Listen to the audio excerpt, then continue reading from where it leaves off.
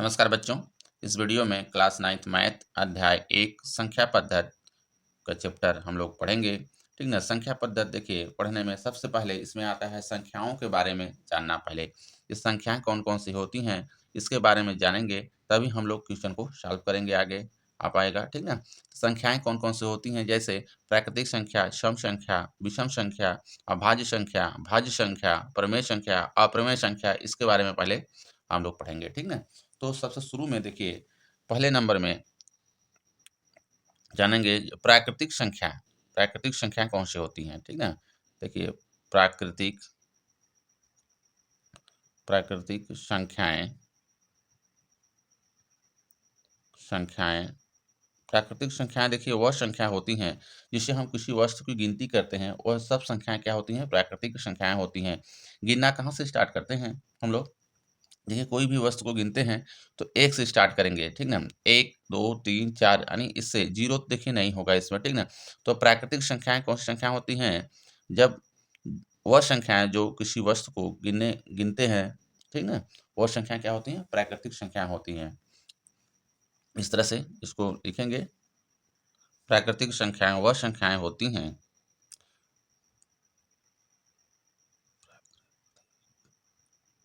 प्राकृतिक संख्याएं संख्याएं वह संख्याएं होती हैं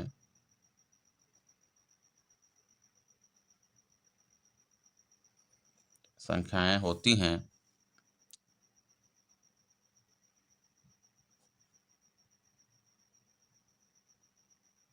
जिससे किसी वस्तु की गिनती की जाती है, जिससे किसी वस्तु की गिनती की जाती है।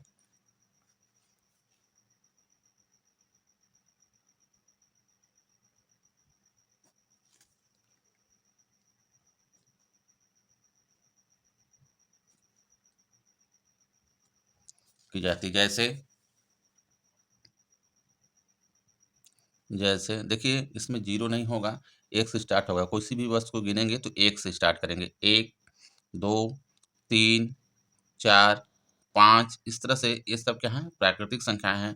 लेकिन ये अनंत तक होंगी, क्योंकि अनंत, ठीक ना, इसका सीमा नहीं है। ये यानी गिनते जाएंगे, संख्याएं बढ़ती जाएंगी। ये अनंत तक जो भी संख्याएं हैं, ये सब क्या है, प्राकृतिक संख्याएं हैं। ठीक ना। अब देखिए, इसके बाद आता है हम लोगों को पूर्ण संख्याएं। दूसरे नंबर में पूर्ण संख्या कौन सी होती है, पूर्ण संख्याएं पूर्ण संख्याएं। ठीक ना।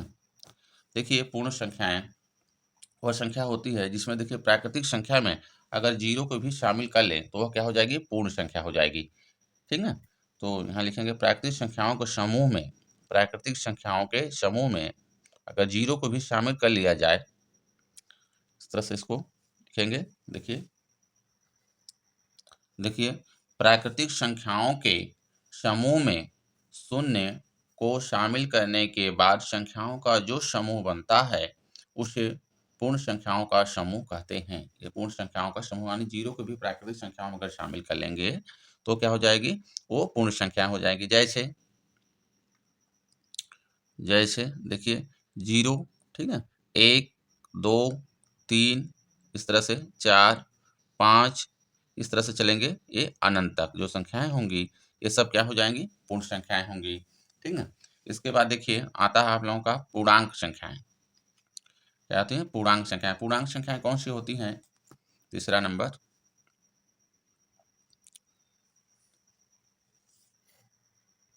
देखिए पूर्णांक संख्याएं देखिए वह संख्या होती है जैसे ऋणात्मक और धनात्मक और जीरो को भी ले लें, यानी पूरी संख्या हो जाएगी, ये चाहे हो जाएंगी पूर्णांक संख्याएं होंगी। यानी इसमें ऋण भी आएगा। जैसे संख्या रेखा पे देखिए, संख्या रेखा इस तरह से होता है, ये हो गया।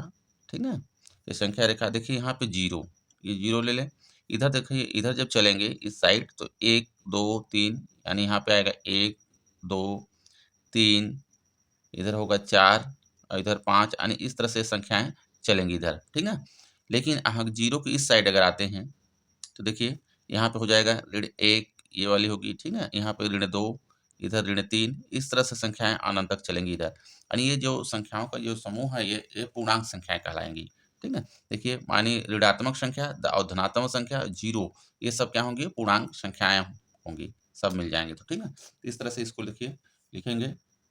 देखिए पूर्णांक संख्याएँ, देखिए ऋण पूर्णांक यानी ऋण 1, ऋण 2, ऋण 3 इस तरह से अनंत तक जो संख्याएँ ये शून्य और धन पूर्णांक 1, 2, 3 ये अनंत तक के समूह को एक साथ पूर्णांक संख्याएँ कहा जाता है, ठीक है? सभी जो ये संख्याएँ होंगी इसको बोलेंगे पूर्णांक संख्याएँ, ठीक ना? चलिए इसके बाद देखिए हम लोग सम संख्या क्या होती हैं और विषम संख्या के बारे में जानते हैं। देखिए सम संख्या चौथे नंबर में सम संख्या, सम संख्याएँ। देखिए सम संख्या वह संख्या होती है, ठीक ना? जिससे 2 से क्या हो विभाजित हो जाए। जो 2 से संख्या जो विभाजित हो जाएँगी उसको कहेंगे सम संख्या, ठीक ना? सम संख्या यानी वह संख्या होती हैं जो 2 से पूर्ण रूप से विभाजित हो जाएँ, उसे क्या कहेंगे? सम संख्या कहेंगे, ठीक है? तो इस तरह से देखिए इसको, देखिए सम संख्याएँ वह संख्याएँ होती हैं जो 2 से विभाजित हो जाएँ। जैसे जैसे देखिए इसमें 2 आ जाएगा, ये सम संख्या हो जाएगी, ठीक है? देखिए 2 से विभाजित हो जाएगा। 4 ये देखिए 2 से विभाजित हो जाएगा, ठीक ना? 4 के बाद देखिए 5 नहीं होगा, 6 होगा, 7 नहीं होगा, 8 होगा, फिर 9 नहीं होगा, देखिए 10 होगा। इस तरह से जो संख्याएँ होंगी इसको बोलेंगे सम संख्या। यानी सम संख्या हमेशा क्या होता है? जोड़े में होता है, ठीक है? कोई भी हो सम, जिसे कहते हैं सम और विषम। विषम का मतलब कुजोड़ा यानी जोड़ा नहीं होगा। इसमें देखिए सम में क्या है? जोड़ा यानी 2 से देखिए विभाजित हो जाएगा, ठीक है? अब विषम संख्या जो 2 से विभाजित नहीं होगी उसको बोलेंगे विषम संख्या, ठीक है? इस तरह से देखिए विषम संख्याएँ वह संख्याएँ होती हैं जो 2 से विभाजित नहीं होती हैं, उसे कहेंगे विषम संख्या। देखिए विषम संख्याएँ वह संख्याएँ होती हैं जो 2 से पूरी तरह से विभाजित नहीं होती, ठीक है? वो जो 2 से पूरी तरह से विभाजित नहीं होती और क्या होती हैं? विषम संख्याएँ होती हैं। जैसे जैसे देखिए इसमें 1 आएगा, ठीक है? 2 नहीं आएगा, देखिए 3, 4 नहीं आएगा, देखिए 5, 6 नहीं आएगा, 7, 8 नहीं आएगा, 9, 10 नहीं आएगा, 11, 12 नहीं आएगा, देखिए 13 ये जो होंगे यानी 1, 3, 5, 7, 9, 11, ठीक? 13 ये सब संख्याएँ क्या हैं? इस तरह से ये विषम संख्याएँ होती हैं, ठीक है? चलिए इसके आगे में देखिए अब भाज्य अभाज्य संख्याएँ। देखिए भाज्य संख्याएँ कौन-सी संख्याएँ होती हैं? सिर्फ़ भाज्य संख्याएँ वह संख्याएँ होती हैं जो एक स्वयं और किसी और संख्या से विभाजित हो जाए, उसे क्या कहेंगे? भाज्य संख्याएँ कहेंगे, ठीक है?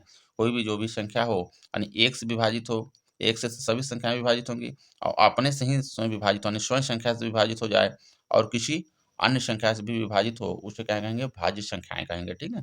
तो वे संख्याएँ जो एक तथा स्वयं के अलावा इस तरह से इसको लिखेंगे। देखिए, वे संख्याएँ जो एक तथा स्वयं के अलावा भी किसी अन्य संख्या से पूर्णतः विभाजित हो जाए, उसे भाज्य संख्याएँ कहते हैं। ठीक है? देखिए जैसे देखिए वो संख्या करिए जो अपने से विभाजित हो जाए, 1 से विभाजित हो जाए और किसी अन्य संख्या से विभाजित हो जाए। देखिए इसमें 4 होगा पहले, सबसे छोटा क्या है इसमें 4 होगा क्योंकि इसके नीचे देखिए 2 अगर लेंगे, 2 लेंगे देखिए 2 नहीं होगा, क्यों? क्योंकि 2 देखिए अपने से विभाजित हो जाएगी, 1 से विभाजित हो जाएगी ये संख्या लेकिन किसी और संख्या से विभाजित नहीं होगी, ठीक है? तो सबसे छोटी भाज्य संख्या 4 होती है, ध्यान दीजिएगा, सबसे छोटी संख्या भाज्य कौन होगी? 4 होगी। 4 के बाद देखिए 3 नहीं होगा, ठीक ना? सॉरी 4 के बाद 5 नहीं होगा देखिए 6 हो जाएगा, ठीक है? 6 होगा क्योंकि 6 देखिए 1 से हो जाएगी, अपने ही संख्या से विभाजित हो जाएगी और भी संख्या से विभाजित हो जाएगी, 2 से देखिए हो रही है और 3 से भी हो रही है, ठीक है? विभाजित हो रही है। उसके बाद देखिए 7 नहीं होगी, 8 हो जाएगा देखिए, ठीक ना? 9 9 हो जाएगा देखिए, क्योंकि 9 देखिए 1 से हो जाएगी, अपने ही संख्या से विभाजित हो जाएगी और भी संख्या से हो रही है, 3 से भी देखिए हो रही है ना?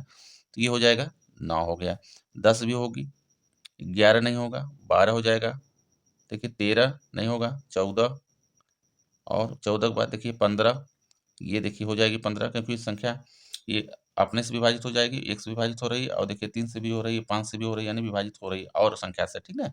इस तरह से जो संख्याएँ होती हैं, वो क्या होती हैं? भाज्य संख्याएँ होती हैं, ठीक? अभाज्य संख्या, देखिए अभाज्य संख्या, अभाज्य संख्याएं, अभाज्य संख्याएं देखिए वह संख्याएं होती हैं जो एक से स्वयं से विभाजित हो, उसके अलावा किसी संख्या से विभाजित न हो, उसे कहेंगे अभाज्य संख्या। ठीक है, उसे बोलते हैं अभाज्य संख्या। देखिए वे संख्याएं जो स्वयं तथा एक के अलावा किसी अन्य संख्या से पूर्णतः विभाजित न हो, अभाज्य संख्याएं कहलाती हैं। ठीक है, यानी एक से होगी वह संख्या, अपने से ही विभाजित होगी, वह क्या होगी, अभाज्य संख्याएं कहलाती हैं। ठीक है, जैसे जैसे देखिए इसमें अभाज्य संख्याएं, जैसे देखिए दो, दो ये क्या है, अभाज्य संख्या है, ध्यान दीजिएगा।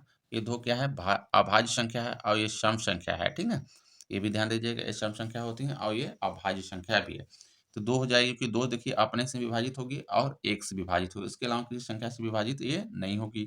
तीन, दो के बाद देखिए तीन होगी। ठीक है, ये अपने से होगा। देखिए चार नहीं होगा, इसमें पाँच होगा, ये संख्या पाँच। छः नहीं होगा, देखिए सात आएगा इसमें। ठीक है, सात हो जाएगी, क्योंकि सात देखिए अपने से हो रही है और एक से हो जाएगी। सात के बाद देखिए आठ नहीं होगा, नौ नहीं होगा, और 10 भी नहीं आएगा, 11, 11 हो जाएगी अभाज्य संख्या। देखिए 12 नहीं होगा, 13 हो जाएगी। 14, 14 नहीं होगा। ठीक है, 15 नहीं होगा, 16 नहीं होगा, 17 देखिए ये 17 हो जाएगी। इस तरह से जो संख्याएं होती हैं ये क्या होती हैं, अभाज्य संख्याएं होती हैं। ठीक है, अगला क्रम में देखिए तो चलेंगे प्रमेय अप्रमेय संख्याएं, प्रमेय अप्रमेय संख्या। ठीक है, तो प्रमेय संख्या, प्रमेय संख्याएं,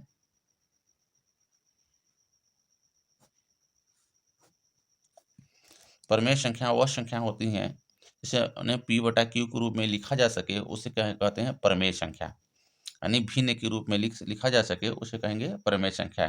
ठीक, तो प्रमेय संख्या p बटा q के रूप में लिखी जा सकती हैं।